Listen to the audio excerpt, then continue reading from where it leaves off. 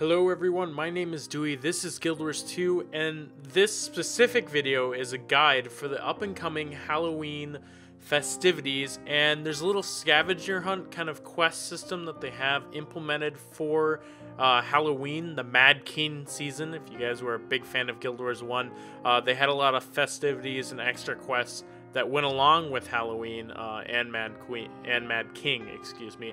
And this is just the first part. It's part of a 4-part act in which they will implement over the next 2 weeks.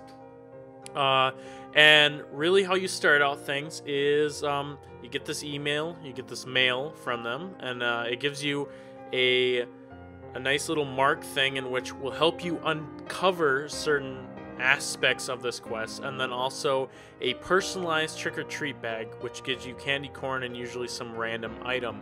Now it should be noted that in order to use this candy powered matter meter, oh boy, that's a mouthful, you're going to need some candy corn. Now candy corn is found throughout the world. You can also get it by the trick-or-treat bags that I showed you earlier. So you do need those in order to operate this, and you need this machine, this item, in order to unlock more of the quest. So basically what it does is that in an area, in a pretty large area actually, it scans and looks for extraterrestrial beings, or not extraterrestrial, that would be aliens, but ghosts and that kind of stuff. And see here, we found a ghost, and that is actually going to lead us to our first part here. So pretty awesome, pretty exciting, and there's a bunch of different sites, so you'll get a bunch of these kind of books as you see here, and that'll lead us to our first part. Alright, so site 1 is dig deep in the muck where all the garbage in Lion's Arch flows. Now, so this to me screamed out sewer system, and so what you're going to want to do is you want to go right to the trade form waypoint, which is just located in the middle of the trade commerce. You're going to go in this water here, and we're going to do a fancy little fast forward into the sewers. There's a couple different hidden areas in these sewers, so you guys might be pretty familiar with them, but you're just going to snake around these tunnels until you can go dive down, and once you dive down, you're going to swim a little bit. Just pretty much keep on going down is the thing.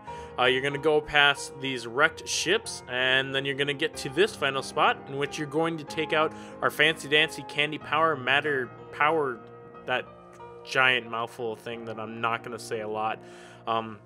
And you're going to scan for the ghost, and you're going to find Samson right here, and he's going to give you another one of the books, which is going to lead us to Site 2. Site 2, Search the Dead Streets and Forgotten Thoroughfares of Another Lion's Arch. So this screamed to me Old Lion's Arch.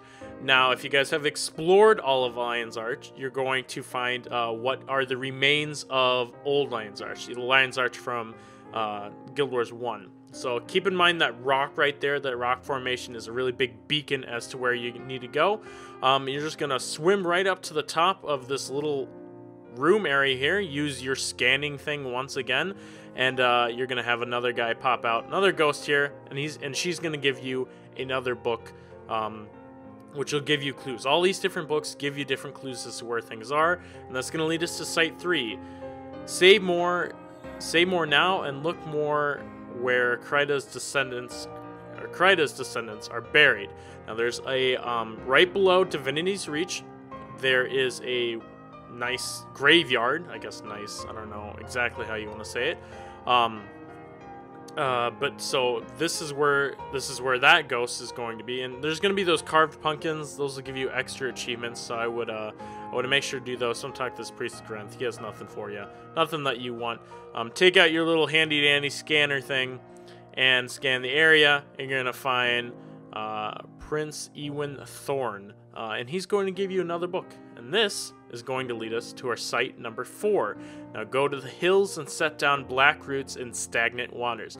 Now this one was probably the hardest out of the 3 because there's just a lot of areas where there's kind of hills and stagnant waters, but I wanted you to go all the way down here to this area. This is part of the human quest. It's where the human quest is, and here's some candy corn for you guys wondering where you can get them. You can just mine them throughout the world here. You're just going to navigate yourself up to the middle point and scan once again, and you will have someone pop out shortly for you here. There we go. There's the lady. That's who we're looking for. And she's going to give you another book. Remember, all these books give you clues as to where you can find the other pages, the other stories. You're jotting down these stories. It leads us to Site 5. Now, Site 5, especially for you lower level people, probably the hardest site to get. If you are lower level, if you're not fit for the level, which I believe is around 30 to 35, then you're pretty much just going to want to camp around. Get to this location here, the Province Shore Waypoint. And then you're just going to be able to scurry on over to the entrance of a little mini dungeon. So right here, there's a mini dungeon. Just wait around for high-level people. When I first did this, I did this on a really low-level character. He was like level, I think, 10.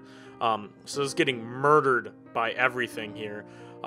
Generally, when you get into this room, you're going to fight a champion spider.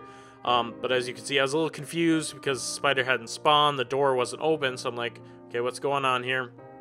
So I ended up just fighting this spider just for the heck of it. That didn't open, but me being through this dungeon before, I remembered that you have to have boulders on 2 pressure plates. There's one. The other one is right over here. You have boulders on that. That will open up the big giant door on the other side. No spider fighting needed. Make sure you try to dodge as many of those spikes as possible. Pick up the grand chest while you're here. Might as well. Get some nice loot. And so the first one, what you're going to want to do is you do need to inspect the suspicious object here, and it's going to summon Lord Humphrey Farron with 2 skeletons, and he's going to run on over to this door here, to this wall. He's going to disappear. You need to rescan this area, and he's going to respawn again, give you your last book, and awesome, that's fine, cool. Now we're going to teleport back to Lion's Arch, back to where we started, and we're going to go talk to the guy that started it all, saying, hey, we've claimed all these books. Show you all the books here.